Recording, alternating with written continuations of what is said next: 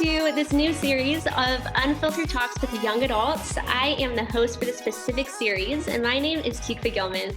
I am a student here at Village School of Ministry, which is a program for young adults to come and learn more about theology and the Bible, and then also get practical experience of what it's like to work inside of Village Church. And so I get to work under our beautiful, lovely women's pastor, Anne Miranda, and just get to see what does it mean to be a leader within a women's ministry.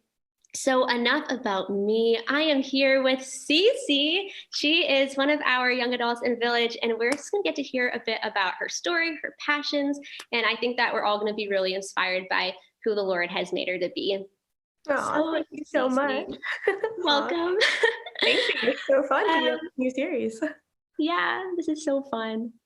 Can you just share your unfiltered story of how God has shaped who you are?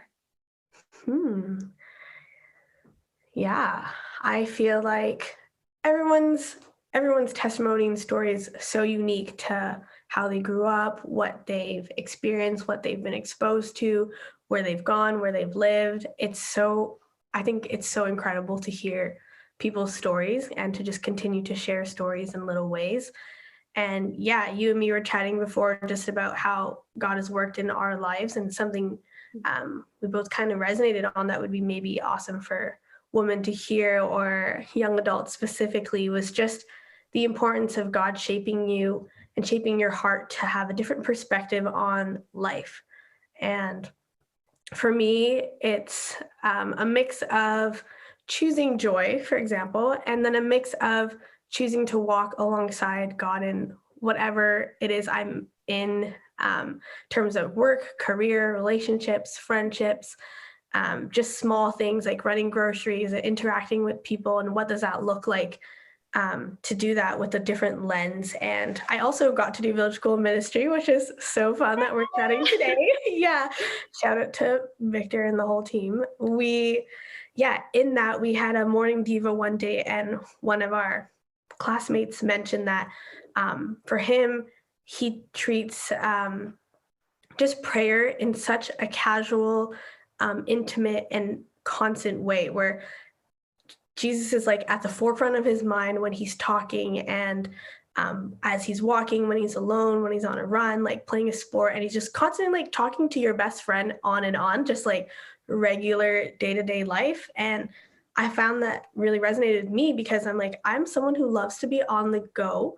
I like to do things alone, but then I also love interacting with people, and to sit down for 2 hours and do a devotion sometimes drains me more than just, enjoying God's presence outside and just talking to strangers. So through Village School Ministry, we actually went to Lesbos, an island in Greece that is so, so dear to my heart. There was a big refugee camp there on a military base. So wild that we got to go, because it's not a place that everyone's allowed to be in. So that was a privilege in itself. A lot of us, it was like a very new experience, big culture shock, because it's a mix and blend of all different types of cultures. You've got people from Afghanistan, people who speak Arabic, then you've got people from the Congo, then you've got volunteers from the States, and it's like a melting pot of like craziness.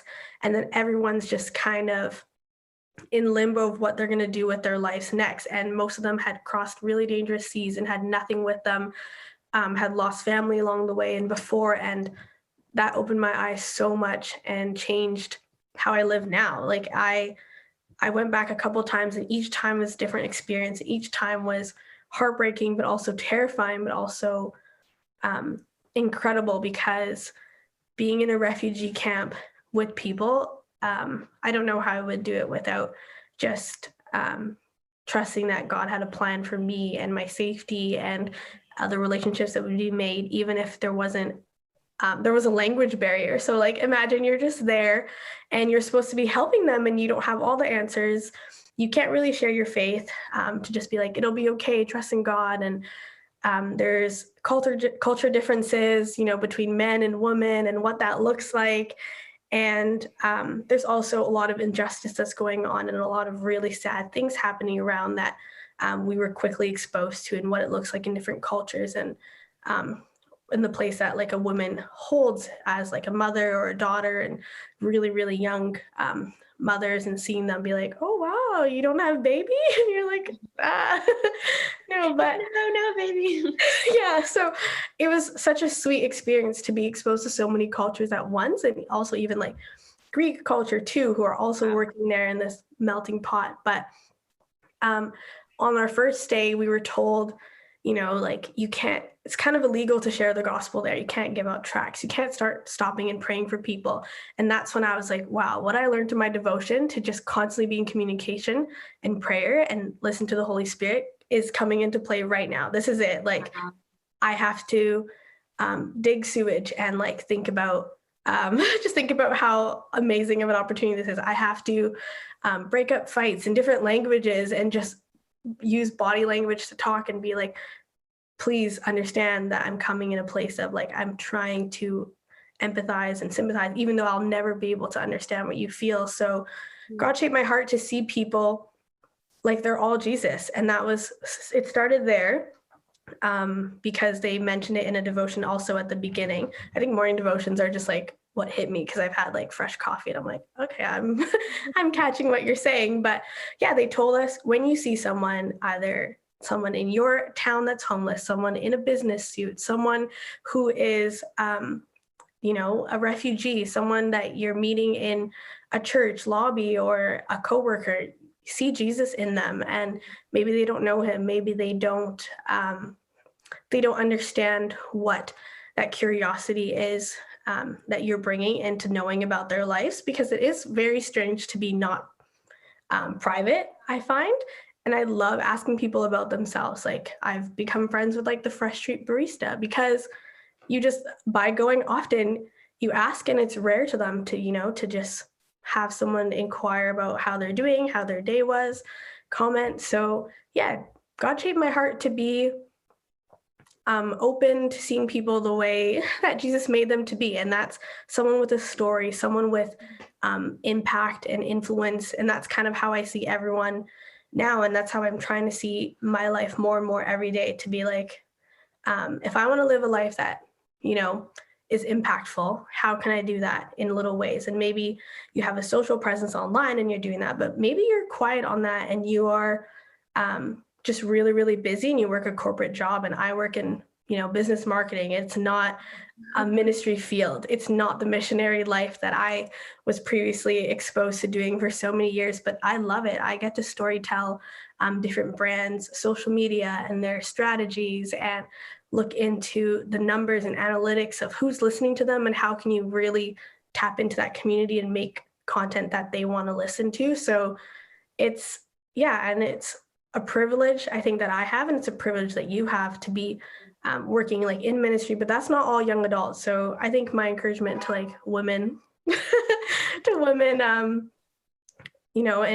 and like my age, is to just not feel like it's so important to do the next best thing and to do what other people are doing. And I've had people message me, be like, I wish I could have traveled this much, but I was focusing on my career and buying a home and a family. And I was like, that's amazing. You had the opportunity to now to host people in your home, or to have planted roots in your career, in your job, and your coworkers who now trust you and use your story and your influence, I guess, to make an impact wherever you go, even if it's at the gas station, at the grocery store, in an email, in a text. Like, go the extra mile, I think, to just be personable, be real. And I think that's kind of like, yeah, you're a great example of that. And so is your roommate. And I feel like just being real, even online, and being real and candid everywhere it's kind of almost a burdenless,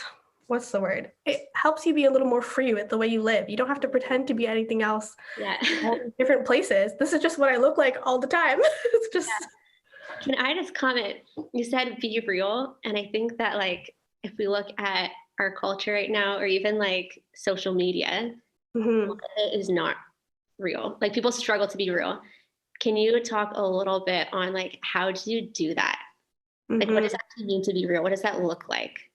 Yeah, it's it's a weird balance too, to like try to be real, but then also not to just share your highlights and reels, but then also not be, you don't want to be a downer all the time every time you post something, but it's not that it's trendy to be real, but I've noticed a lot of growth. Like this is just coming from my social media marketing brain that there's a lot of growth in accounts that are real and raw and brands who are tapping into the unfiltered and less polished look.